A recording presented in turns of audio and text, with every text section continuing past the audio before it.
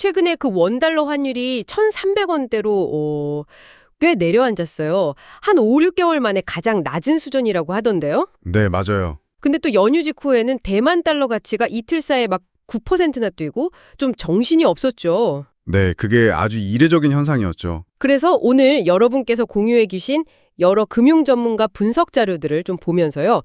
이 갑작스러운 환율 변동, 이게 대체 왜 이러는 건지, 그리고 이게 우리한테 어떤 의미가 있는지 좀 깊이 파고들어 보려고 합니다. 네, 안 그래도 지금 금융시장에서는 이게 혹시 그 트럼프 행정부가 무역 적자 줄이려고 아시아 국가들한테 통화 가치 올리라고 압박하는 거 아니야? 뭐 이런 얘기가 돌고 있습니다. 아, 제2의 플라자 합의 같은 건가요? 그렇죠.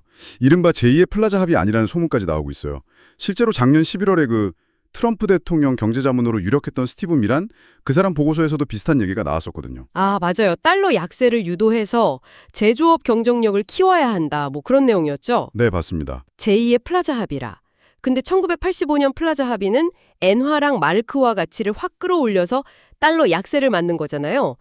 지금 비슷한 암적이 정말 올 수 있다는 건가요? 네, 그럴 가능성이 있다는 거죠. 근데 최근에 보니까 영국하고 협상할 때도 영국은 무역 적자국인데도 꽤 세게 요구했던데요? 바로 그 점입니다.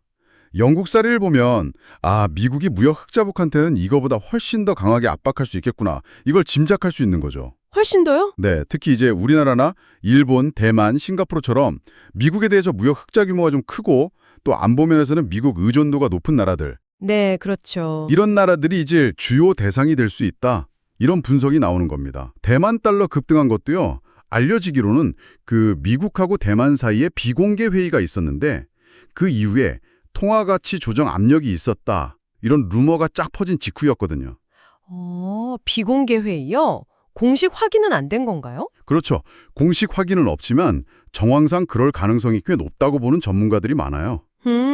그럼 미국이 이렇게 나올 가능성에 대해서 다른 나라들은 좀 어떻게 대응하고 있나요? 당장 미국 연준만 해도 금리를 묶어놨잖아요. 네, 그렇죠. 연준은 트럼프 대통령이 계속 금리 내리라고 압박하는데도 불구하고 일단 동결했죠. 왜냐하면 지금 관세 정책 때문에 물가는 오를 것 같은데 경기는 오히려 나빠질 수 있다. 이른바 스태그플레이션 위험을 더 걱정하는 것 같아요. 아, 물가는 오르고 경기는 침체되는 거예요? 네, 그래서 일단 관세 영향이 어떻게 될지 좀 보자. 이런 입장인 거죠. 그럼 한국은행은요? 우리는 상황이 좀 다르지 않나요? 한국은행은 상황이 훨씬 복잡합니다.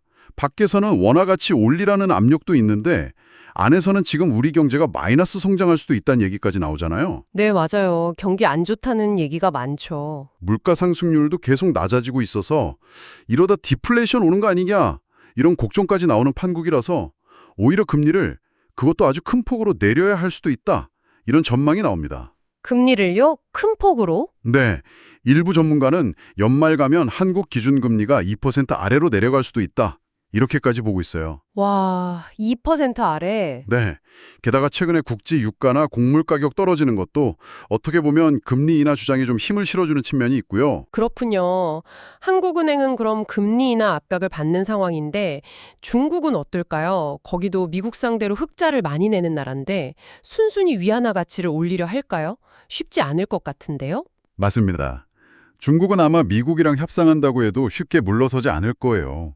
지금 자기들 내부적으로도 부동산 문제나 디플레이션 압력 때문에 경제가 꽤 어렵거든요. 아, 중국도 상황이 안 좋군요. 네. 이런 상황에서 위안화 가치까지 올린다. 이건 받아들이기 힘들겠죠. 특히 예전에 그 플라자 합의 이후에 일본 경제가 잃어버린 수십 년 겪었던 거 그걸 똑똑히 봤을 거 아닙니까? 그렇죠. 그걸 반복하고 싶진 않겠죠. 절대로요. 그래서 아마 막대한 외환 보유고를 쓰던 아니면 다른 정책 수단을 동원하던 해서 위안화 약세 기조를 어떻게든 유지하려고 할 가능성이 높습니다. 와, 정말 복잡하네요. 미국 때문에 원화 가치는 올라갈 압력을 받고, 근데 우리 경제 살리려면 금리는 내려야 할 수도 있고, 중국은 또 버티려고 하고, 그럼 이걸 우리 청취자 여러분께서는 어떻게 정리를 해야 할까요? 네, 정확히 보셨어요. 그게 핵심입니다.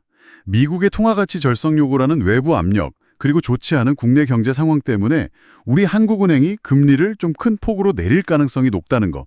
이게 중요해요. 그게 어떤 영향을 주는데요? 결국 원달러 환율의 변동성이 더 커질 수 있다는 거죠.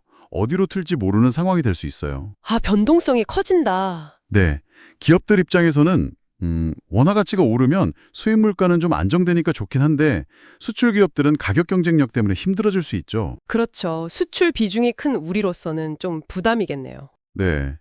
물론 일부에서는 지금 1,300원대 환율이 우리 경제 펀더멘탈, 그러니까 기초 체력에 비하면 그렇게 높은 건 아니다.